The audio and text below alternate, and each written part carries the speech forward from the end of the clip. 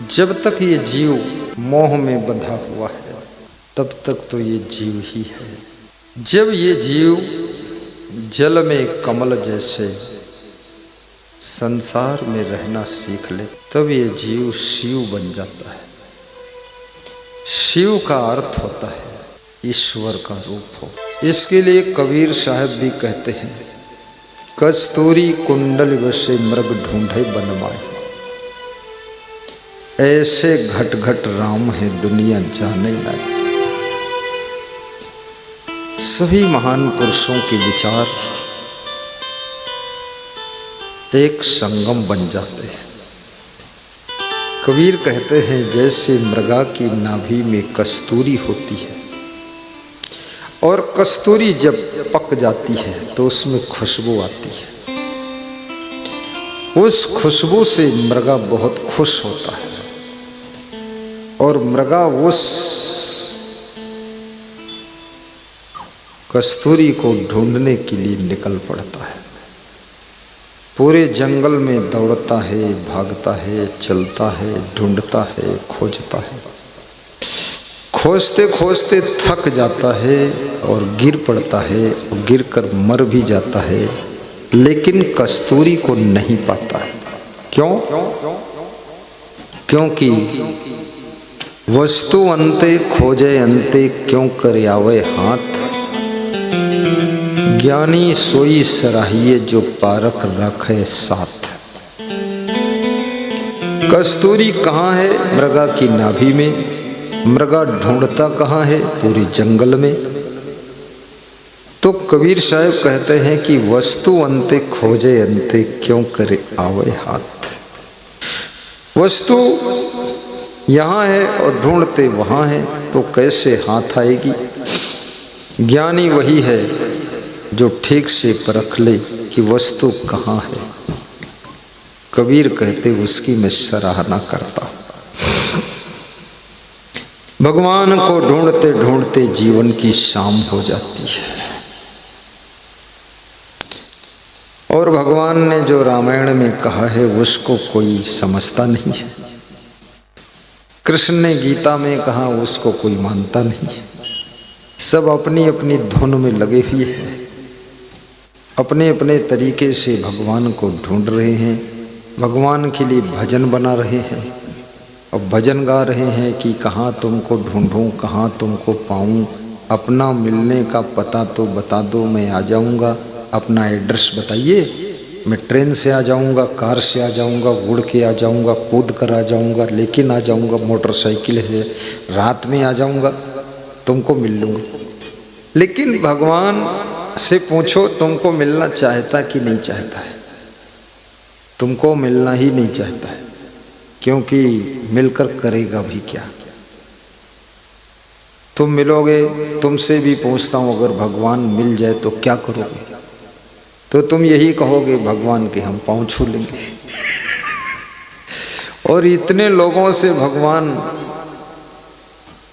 पाँव अगर छुआएगा तो भगवान की पाँव भी घिस जाएंगे और फिर छुआते छुआते करोड़ों लोग, अरबों लोग ये सालों छुएंगे, 50 साल छुएंगे, सैकड़ों साल छुएंगे, कोई कोई तो डबल छुएंगे, कोई कोई छू के छोड़ेंगे ही नहीं, पकड़े ही रहेंगे कि अब नहीं छोड़ूंगा भगवान। मेरे पास भी कोई कोई लोग आ जाते, चरण पकड़ लेते, बोलते अब नहीं छोड़ूंगा। तो मैंने कहा तो मैं जाऊंगा कैसे व्यास गादी पर, तुम छोड़ोगे नहीं? बोले पहली बार मिले हो, अब नहीं छोड़ूंगा। हमने कहा सवाल पहली दूसरी का नहीं है, सवाल है व्यास गादी पे प्रवचन करने जाना है। बोले कुछ भी हो जाए अब छोड़ूंगा नहीं। जब एक संत के चरण लोग छोड़ना नहीं चाहते हैं, छूना चाहते हैं, तो भगवान के चरण कब छोड़ेंगे लोग? जिसको मिल जाएंगे वो पकड़ लेगा और जो पकड़ लेगा तो भगवान के चरणों के पकड़ा पकड़ी में घसीटा घसीटी हो जाएगी, अपनी अपनी तरफ घसीटेंगे तो भगवान की क्या दशा दुर्दशा हो जाएगी। इसलिए भगवान से ये पूछो कि वो तुमको दर्शन देना चाहता है कि नहीं, वो तुमसे चरण छुआना चाहता है कि नहीं। तुम अपने आप ढूंढ रहे। तो भगवान ने उत्तर दिया है कि मुझे ढूंढने की नहीं है जरूरत, मुझे ढूंढने की जरूरत नहीं है, क्योंकि मैं बच्चा नहीं हूँ, मैं अज्ञान नहीं हूँ, मैं खोया नहीं हूँ, मैं भटका नहीं हूँ। तुम मुझको मत ढूंढो, तुम अपने को खुद को ढूंढो। जो खुद को ढूंढ सकता है वही खुदा को पा सकता है, और जो आत्मा को समझ सकता है वही परमात्मा को समझ सकता है।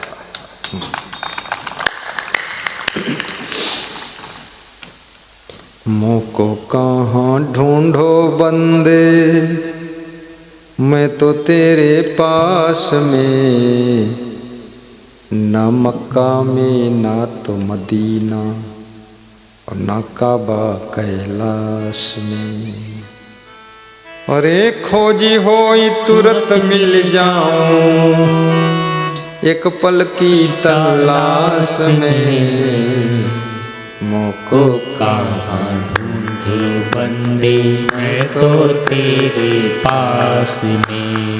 मुझको कहाँ ढूंढे बंदे, मैं तो तेरे पास में। एक राजा भगवान का बहुत ध्यान करता था, सच्चे मन से ध्यान करता था, लेकिन राजा की उम्र 70 साल हो गई, भगवान मिला नहीं, न दर्शन हुए। तो राजा को संदेह होने लगा कि भगवान है भी कि नहीं है।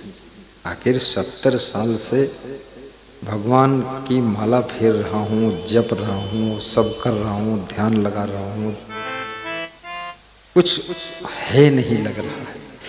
आखिरी में लोगों का भरोसा टूटने लग जाता है।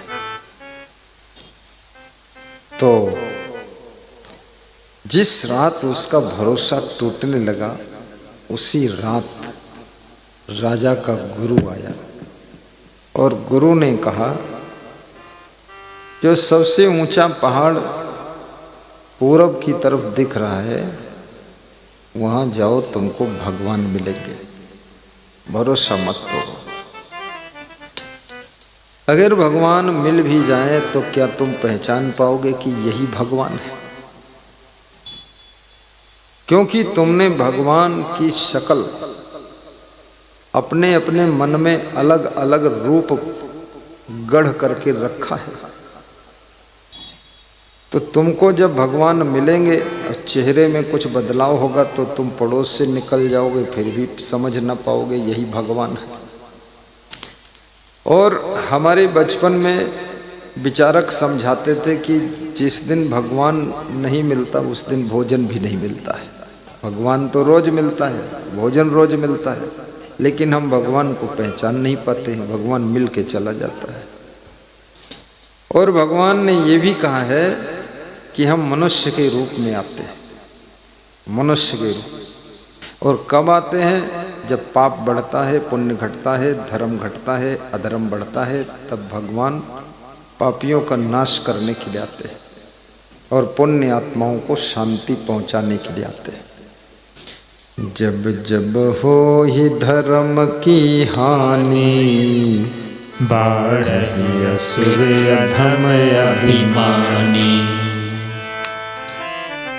अधम और अभिमानी और असुर, असुर माने राक्षस, दैत्य जब बढ़ते हैं, तब तब प्रभु धरि मनुज शरीरा, हरै सकल सज्जन भव पीरा। अगर आपका पति ही राक्षस है, पति ही असुर है, आपका पति ही अधर्मी है, तो आपके घर में ऐसा घटना घटने वाली है कि जैसे हिरण्यकश्यप राक्षस था, अधर्मी था, तो उसी के घर में उसी के द्वारा प्रहलाद का रूप लेकर के प्रकट हो गए, प्रहलाद बनकर आ गए। तो तुम्हारे घर में भी कोई प्रहलाद जैसी आत्मा आ जाएगी, वो बाप को भी तार देगी, माँ को भी तार देगी। तब तब प्रभु धरि मनुज शरीरा, हरहि सकल सज्जन भव पीरा। थोड़ा थोड़ा गाया करो, गुनगुनाया करो, तुमको भी याद हो जाए तो अपने गांव में जाकर किसी को सुनाया करो। आज मैंने पूछा आरती किसको याद है, तो सब बिल्कुल सन्नाटा हो गया।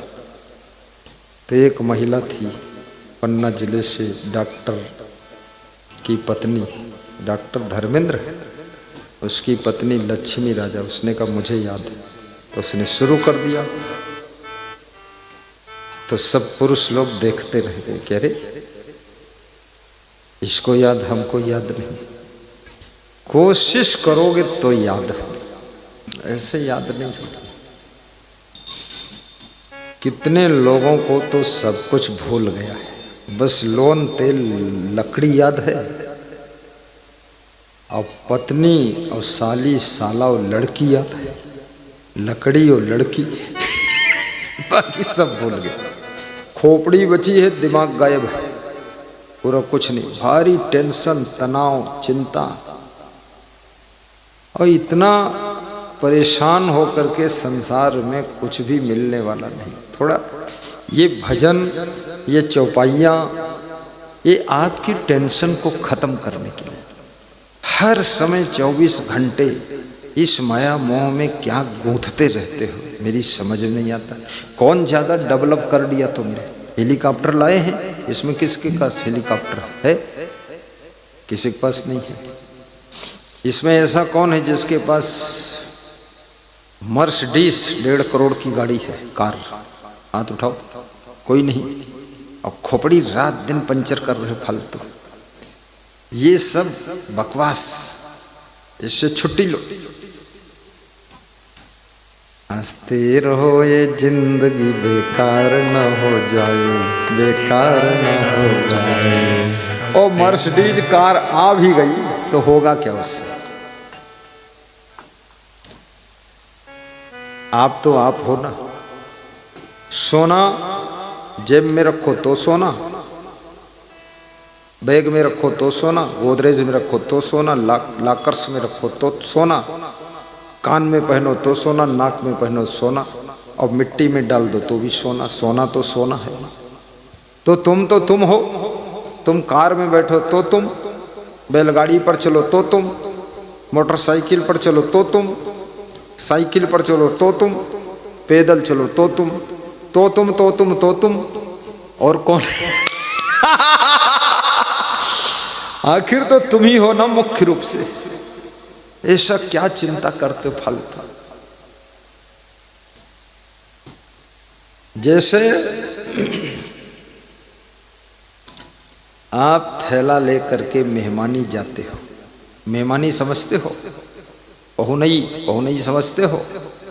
किसी के घर में मेहमान बनते हो, थैला लेकर गए हो, तो जब उसके घर में पहुंचते हो, थैला पीठ पर लादे रहते हो कि उतार कर रख देते हो पलंग पर, कुर्सी पर, खुटिया में टांग देते हो? टांग देते हो ना। अगर तुम लादे रहो, पकड़े ही रहो, तो लोग हंसेंगे कि बड़ा मूर्ख है, स्वयं खाट पर बैठा है और थैला फिर भी लादे। तुम ट्रेन में यात्रा करते हो तो भी थैला उतार कर या तो सीट के नीचे रख देते हो, या सीट के ऊपर एक होती है सीट, उस पर रख देते हो, ये कहीं एडजस्ट कर देते हो, लेकिन उसको अपने सिर पर गठरी को लादे नहीं रहते। ऐसे ही तुम मेहमान हो। तुम ये मत समझना कि मेरा परमानेंट ये घर है। मेहमान हो, गेस्ट हो, हम गेस्ट, और गेस्ट थोड़ी देर करता है रेस्ट, फिर यात्रा शुरू। तो आत्मा गेस्ट के रूप में इस शरीर में आया है और थोड़े दिन मेहमान बन करके रहेगा। तो कम से कम ये सब चिंता, टेंशन के थैले उतार कर रख दो, तब रात में सो जाया करो। रात में चिंता की गठरी सिर पे लाद कर मत सो, उसको उतार करके सो, तभी आराम से सो सकोगे और रिलैक्स मिल सकेगा। सपोज आज अगर तुम मर जाओ तो क्या होगा? थोड़ी देर के लिए सोचो, मरोगे तो नहीं, ये तो पक्का है, क्योंकि अभी तुम 20-30 साल नहीं मरोगे, 50 साल नहीं मरोगे, 80 साल नहीं मरोगे, तुम ऐसे जल्दी मरने वाले भी नहीं। पर सपोज सोच लो कि आज मैं मर जाऊं रात में तो क्या होगा, कैसे घर चलेगा, कैसे परिवार चलेगा, कैसे खेती होगी, कैसे बिजनेस होगा। ईश्वर जरा विचार कर लो, आप इतनी चिंता करते हो, ठीक से सो नहीं पाते हो, आंखें फूल गई हैं, चेहरा बदसूरत हो गया है और टेंशन में सब दिमाग गज्जड़ हो गया है, प्रसन्नता खो गई है, हंसी मुस्कान सब चली गई है, चेहरा इतना बदसूरत हुआ है, बिल्कुल भूत प्रेत जैसा चेहरा बन गया है। लेकिन ये सोचो आज अगर हम मर जाएंगे तो क्या होगा। और ये भी सोच लो तुम्हारे माता पिता मर चुके हैं तो क्या हुआ। और ये भी सोचो तुम्हारे माता पिता के माता पिता मर चुके तो क्या हुआ है। ये भी सोच लो तुम्हारे सास ससुर के सास ससुर मर चुके तो क्या हुआ है। और ये भी सोच लो तुम्हारे गांव के लोग हजारों साल से हजारों लोग मर चुके हैं तो क्या हुआ है। ये भी सोच लो प्रधानमंत्री सब मर चुके हैं तो क्या हुआ है। कुछ होने वाला ही नहीं है, जो हो रहा है यही होता है और कुछ होता ही नहीं। तुम फालतू लफड़ में फंसे। इसलिए जब तक जियो मुस्कुरा कर जियो, हंस कर जियो, प्रसन्न होकर जियो और जितना काम करो मन से करो, लगन से करो, ईमानदारी वफादारी जिम्मेदारी समझदारी बहादुरी से करो। समय पर सही डिसीजन लो और डिसीजन के बाद टाइमिंग सेट करो, टाइमिंग के बाद वर्किंग करो, वर्किंग के बाद रिजल्ट आना शुरू हो जाएगा, उसको संभालना शुरू कर दो। चिंता किस बात की है। जो सब कुछ श्रम करने के बाद भी आपके हाथ से खिसक जाए तो फिर चौपाई गाइए रामायण की। होई है वही जो राम रचि राखा, अपको करी तर्क बढ़ा वही शाखा। अहमदाबाद में एक फोन आया सुबह सुबह, नानो भाई पटेल के घर फोन आया। उनके पास 2 फैक्ट्री थी। तो नानो भाई पटेल स्नान कर रहे थे बाथरूम में। उनकी पत्नी ने टेलीफोन उठाया। उस समय टेलीफोन चलते थे, मोबाइल नहीं थे। तो टेलीफोन में जिसने फ़ोन किया था उसने बताया कि आपकी दोनों फैक्ट्री में आग लग गई, आइए देखिए बुझाइए, जो करना वो करिए। तो उसकी पत्नी का नाम प्रभावती बहन था। प्रभा बहन, वती तो हम फालतू लगा दिए।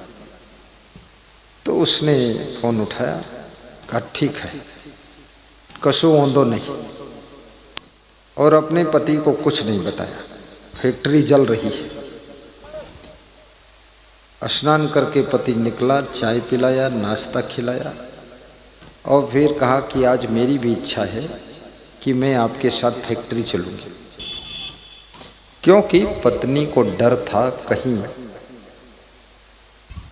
फैक्ट्री में आग लगी है, उसके दुख के धक्का से पति का हार्ट अटैक न हो जाए। याद रखना, असली मौत से तो बहुत कम लोग मरते हैं, ज्यादातर लोग तो खौफ में हार्ट अटैक हो जाता तो मर जाते हैं। कोरोना से बहुत कम लोग मरे थे, अधिकतर लोग कोरोना के भय से मर गए थे। ये बहुत खतरनाक चीज है। कितने डॉक्टर भी मर गए, कोरोना, घबरा गए। दरवाजा बंद कर कर के लोग अंदर बैठते थे और फिर भी अंदर कोरोना पहुंच जाता था। और कोरोना में सबसे ज्यादा बड़े बड़े धनवान ज्यादा मरे, बड़े बड़े अफसर बहुत मरे। 60 जज मरे थे उत्तर प्रदेश में, बाराबंकी जिले के 60 जज मर गए थे कोरोना में। तो वहाँ का कमिश्नर कह रहा था जिन्होंने जितना ज़्यादा पाप किया है वो जल्दी निपट रहे हैं सब। हाँ, 60 जज एक जिले में। तो ये आदमी के अंदर जो भय होता है, खौफ घुस गई अगर, धौंस, घबराहट, तो हार्ट अटैक हो सकता है। इसलिए याद रखना, विचारक कहते हैं कि हिम्मत चाहिए इंसान को हैरानी में, बना हुआ काम बिगड़ जाता है नादानी। हिम्मत बहुत बड़ी चीज है। हिम्मत, हिकमत, खिदमत, किस्मत, मेहनत। हिम्मत टूटने न पाए। चाय पीकर नाश्ता करके पति पत्नी कार में बैठकर फैक्ट्री की ओर जा रहे हैं। रास्ते में पत्नी चर्चा करती है और कहती है, आपके भाइयों में जब बंटवारा हुआ था तो 1 मुट्ठी रुपये मिले थे आपको। बंटवारा के समय सब भाई आपस में लड़ने लगे थे तो तुमने कहा था 1 मुट्ठी रुपये दे दो, बाकी हम हिस्सा नहीं लेंगे, लड़ो मत, आप लोग बांट लो। 1 मुट्ठी रुपया मिला। उस 1 मुट्ठी रुपये से 2 फैक्ट्री आपने लगाई, 2 कार खरीदी, मकान बनाया। तो यदि आपकी फैक्ट्री भूकंप में धंस जाए और मकान बच जाए, कार बच जाए, तो आपके दिल पर क्या बीतेगी? तो पति बोला, फिर बना लेंगे, दूसरी बना लेंगे। तो स्त्री ने कहा, फैक्ट्री आपने बनाई है, ना कि फैक्ट्री ने आपको बनाया।